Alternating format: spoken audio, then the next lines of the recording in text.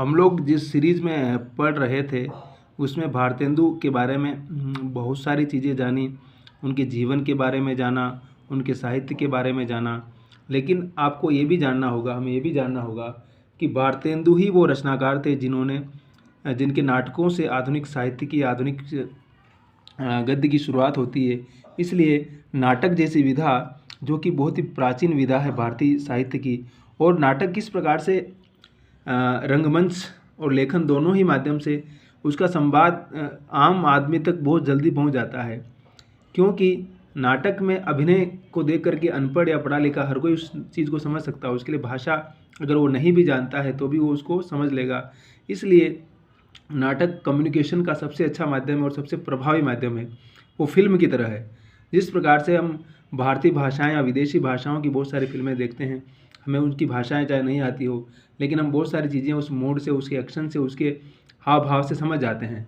तो ये एक ऐसा माध्यम है कम्युनिकेशन का कि जो अपनी तमाम सीमाओं को लांघते हुए पाठक, श्रोता या ऑडियंस तक पहुंच जाता है और पहुंच करके ऑडियंस को इतना सारा चीज़ें उसके नहीं जानने, नहीं समझने पर भी उसे ग्रहण करवा देता है।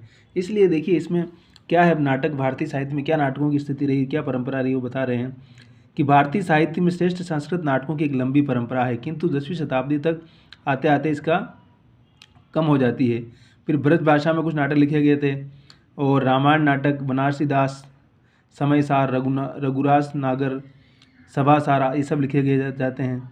1911 में आनंद रघुनंदन हिंदी का पहला नाटक मानते हैं। भारतेंदु के पिता गोपाल चंद्र का नहुष नाटक 1841 में जो ब्रज भाषा मिश्रित है। फिर खड़ी बोली का जो पहला नाटक है राजा लक्ष्मण सिंह का शकुंतला 1863 है। 1863 में राजा लक्ष्मण सिंह ने जो लिखा था शकुंतला, उसको हिंदी का पहला नाटक माना जाता है।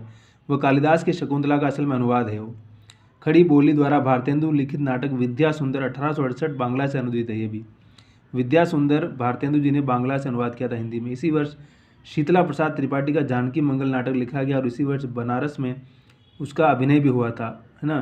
तो इसको जानकी मंगल को वैसे माना जाता है हिंदी का पहला, बाकी सब तो अनुदित है। और इसमें अभिनेता स्वयं भारतेंदु भी थे। देखिए इसमें हिंदी का पहला नाटक किसे माना जाए, गोपाल चंद्र के नहुष को या लक्ष्मण सिंह की शकुंतला को या भारतेंदु के विद्या सुंदर को। शीतला प्रसाद त्रिपाठी ने जानकी मंगल को, भारतेंदु हरिश्चंद्र ने नहुष को हिंदी का पहला नाटक माना है। इसका कहना है कि विशुद्ध नाटक रीति के पात्र प्रवेशादि विषय रक्षण द्वारा भाषा का प्रथम मेरे पिता पूज्य कविवर गिरिदास, वास्तविक नाम बाबू गोपाल चंद्र का है। उन्होंने कालचक्र में नहुष को हिंदी का प्रथम, शकुंतला को द्वितीय और विद्या सुंदर को तृतीय नाटक कहा है। ये भारतेंदु का अपना ऑब्जर्वेशन है। इसमें अपने पिता के नाटक को पहला मानते हैं और नहुष को दूसरा और इस शकुंतला को तीसरा मानते हैं। विद्या सुंदर को तीसरा मानते हैं। भारतेंदु के ठीक पहले का साहित्य समाज से कटा हुआ और सामंत हो, देखते हैं यहाँ पूरा। इसमें रीतिकाल के साहित्य को देखेंगे तो राजा महाराजाओं का जिक्र है उसके अंदर, और अनिवास और स्त्री के सौंदर्य नक्श से सिख तक वर्णन करने में कवि इतना डूब गया था कि उसे पता ही नहीं चला कि देश दुनिया में क्या घट रहा है।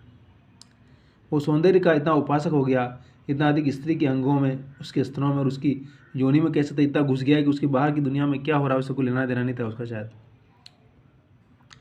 शुक्ल जी क्या लिखते हैं कि विलक्षण बात है कि आधुनिक गद्य साहित्य की परंपरा का प्रवर्तन नाटकों से हुआ। लेकिन शुक्ल जी कहते हैं कि सबसे अच्छी बात है कि जिस आधुनिक साहित्य की हम बात करते हैं उसकी शुरुआत नाटकों से होती। नाटक जैसी विधा ने इस आधुनिकता को शुरू किया। ये हमारे लिए सच में गर्व की बात और सच में सम्मान की बात है। लेकिन विलक्षण बात होती जब ये परिवर्तन नाटकों से न होता। भरत मुनि ने नाटक की सृष्टि के मूल में लोक का दुख माना है। लोक जागरण का सशक्त माध्यम है। अंतर्विरोध यहाँ भी है, पर अधिकांश नाटकों की मूल चेतना सामाजिक राजनीतिक है। उन्होंने संस्कृत, बांग्ला और अंग्रेजी नाटकों का अनुवाद भी किया और मौलिक नाटकों की सृष्टि भी की।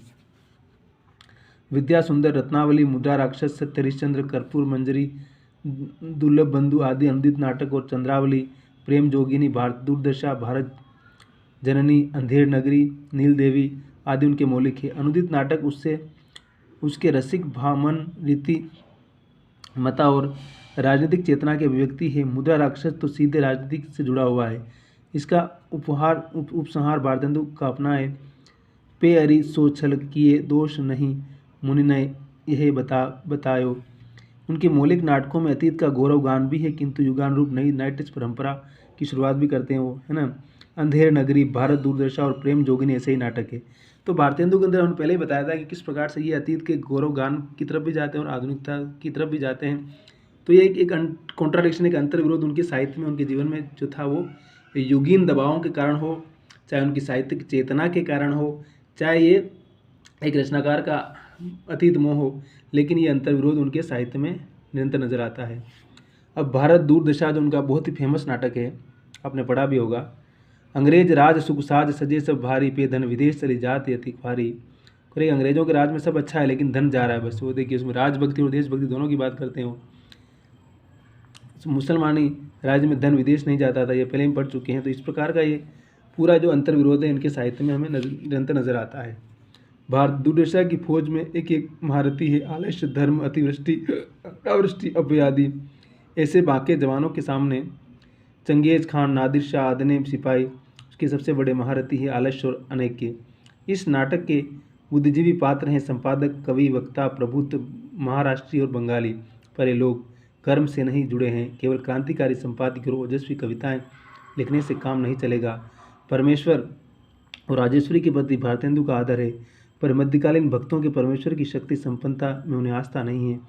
भारत दूरदर्शा में कहा है कि कहाँ गया मूर्ख जिसको अब भी परमेश्वर और राजेश्वरी का भरोसा है। इस देश को भाग्यवानवाद में गहरा विश्वास रहा, पर इस नाटक में भारत भाग्य आत्महत्या कर लेता है। ऐसी स्थिति में कुछ लोग इसे ट्रेजेडी मानते हैं।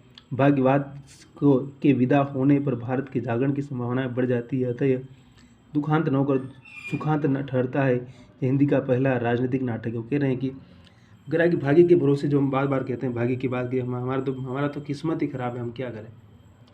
तो इस तरह के फिनोमिना को भारतेंदु इसमें तोड़ते हैं, कह रहे हैं कि भाग्य कुछ नहीं कर सकता, जो कुछ आपको करना है करना है। भाग्य अपनी जगह और कर्म अपनी जगह है।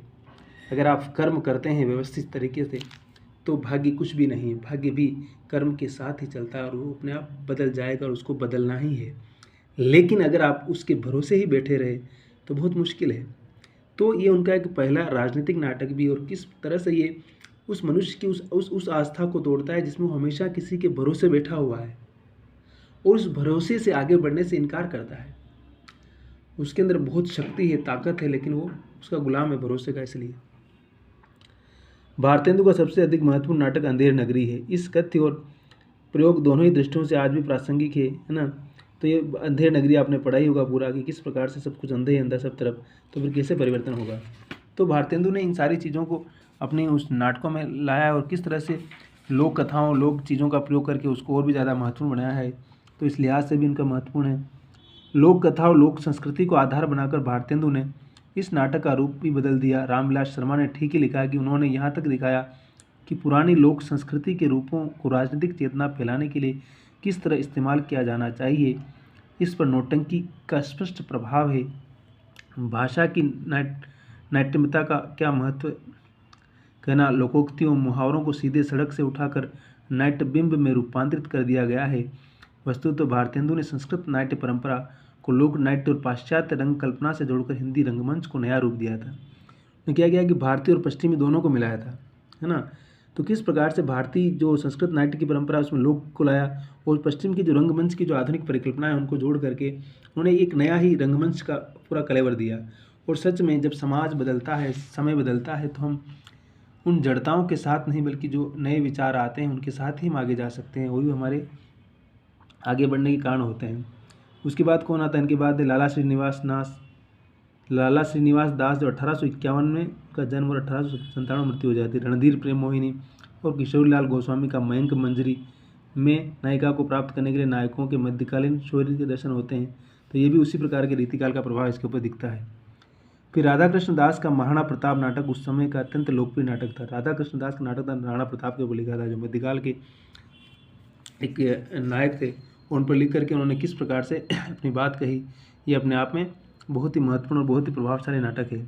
कैसे है तो इसके बारे में बता रहे कि राणा प्रताप के ऊपर जो लिखा हुआ है, कृष्णदास का नाटक बहुत फेमस हुआ। इसकी नाटकीय प्रस्तावना में कहा गया है कि राणा की लड़ाई का अभिप्राय है अंग्रेजों के साथ मिलकर हिंदुस्तान की रक्षा की लड़ाई, किंतु नाटक का कथ्य इसमें मेल नहीं है। ठीक है, उसमें ये कहा गया कि किस प्रकार से हमें इस ब्रिटिश हुकूमत को उखाड़ने के लिए हमें राणा प्रताप के उस संघर्ष को याद करना होगा, और अगर हम उसको याद करते हैं तो हमें उससे कैसे मुक्ति मिल सकती है, वो हमारे लिए बहुत अच्छा रहेगा। फिर श्रीनिवास दास का संयोगिता स्वयंवर, काशीनाथ खत्री का सिंधु देश की राजकुमारी और भुन्नौर की रानी तथा राधा कृष्ण दास का महारानी पद्मावती आदि सामान्य ऐतिहासिक नाटक है।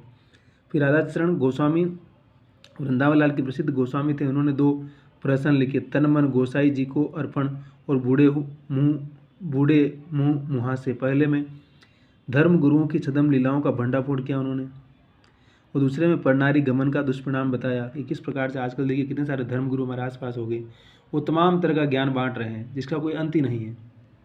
तो उस समय ही राधाचरण गोस्वामी ने बताया कि किस प्रकार से जो लोग धर्म के नाम पर लोगों को भ्रमित करते हैं उसको इस रचना में पहले उन्होंने स्पष्ट कर दिया। और दूसरा वो परनारी के बारे में बता रहे कि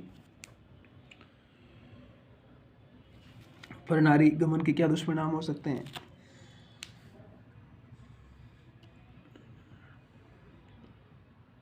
खड़ग बहादुर मल्ल ने, जिसके नाम पर बांकीपुर के खड़ग विलास प्रेस की स्थापना हुई थी, भारत आरत प्रहसन लिखा। इसमें शासकों के अत्याचारों तथा शासितों की असहायता पर गहरा व्यंग्य किया गया है।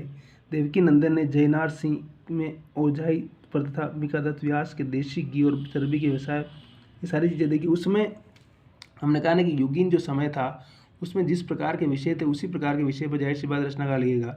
आज रचनाकार के साथ सामने वो सब कुछ खुल चुका है। नैतिकता, आदर्श, सिद्धांत, राजनीति, तमाम तरह के नए नए आख्यान हैं। तो उस युग में जो आख्यान थे उसके हिसाब से नाटक लिखे जा रहे थे, और इसमें जिन लोगों ने अपना योगदान दिया वो सच में समाज और भारतीय समाज की उस रचनात्मकता को समझा, पकड़ा। ये हमारे लिए बहुत स्वागत की और खुशी की बात है।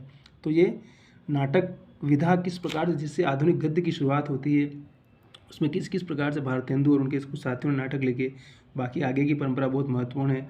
और सबसे अच्छी बात है कि नाटक और रंगमंच में भारतीय और पश्चिम का एक समन्वय होता है, और ये समन्वय इस नाटक के लिए बहुत ज़्यादा महत्वपूर्ण है। तो धन्यवाद, खुश रहिए, मस्त रहिए और पढ़ते रहिए, लिखते रहिए, और हमारे चैनल पर आइए, सब्सक्राइब कीजिए और इसको धमाका बना दीजिए।